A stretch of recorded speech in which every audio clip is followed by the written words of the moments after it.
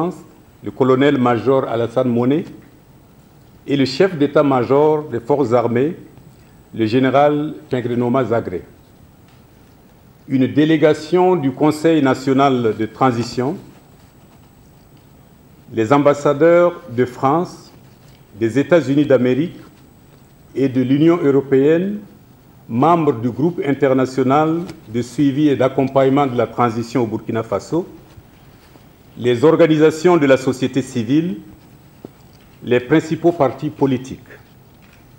Les consultations ont permis de dégager un schéma de sortie de crise articulé autour des points suivants. 1. La libération sans condition de toutes les personnalités détenues suite aux événements du 17 septembre 2015. 2. La restauration des institutions de la transition et du président Michel Kafando dans ses fonctions de président de la transition. 3. Le retrait des militaires du gouvernement. 4. La poursuite du processus électoral et l'organisation des élections présidentielles et législatives au plus tard le 22 novembre 2015. 5. La Commission électorale nationale indépendante devra prendre les dispositions nécessaires en tenant compte de la nouvelle date fixée pour les élections. 6. Le gouvernement s'attellera activement à la préparation des élections durant la période restante de la transition. 7. Le Conseil national de transition s'abstiendra de légiférer sur des sujets autres que ceux relatifs à l'organisation des élections et à la mise en œuvre du présent accord. 8. Les personnes dont les candidatures ont été invalidées sur la base des articles 135 et 166 de la loi électorale du 7 avril 2015 seront autorisées à participer aux prochaines élections. À cet égard, les dispositions nécessaires seront prises avant le 30 septembre 2015. 9.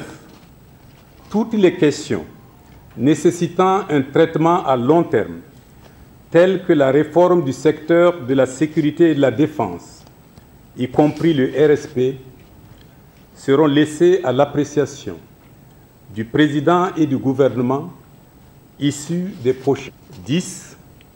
La cessation immédiate de toutes les violences et autres violations des droits humains, notamment les entraves aux libertés de mouvement et d'expression. 11. Les forces de défense et de sécurité assureront pleinement les missions de maintien de l'ordre des personnes et des biens sur l'ensemble du territoire national. 12. L'acceptation du pardon et l'adoption d'une loi d'amnistie au plus tard le 30 septembre 2015 sur les événements consécutifs au coup d'État du 17 septembre 2015. 13. Les médiateurs nationaux auront mission de veiller à la bonne application du présent accord, fait à Ouagadougou le 20 septembre 2015.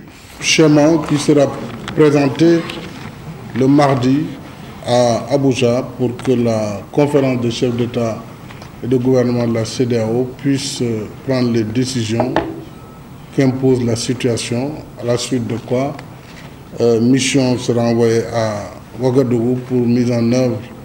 Bien entendu, c'est encore une fois un appel à la classe politique, à la société civile, à l'ensemble des acteurs, aux forces de sécurité et de défense, de conjuguer vos efforts pour aider le Burkina à sortir de cette mauvaise passe.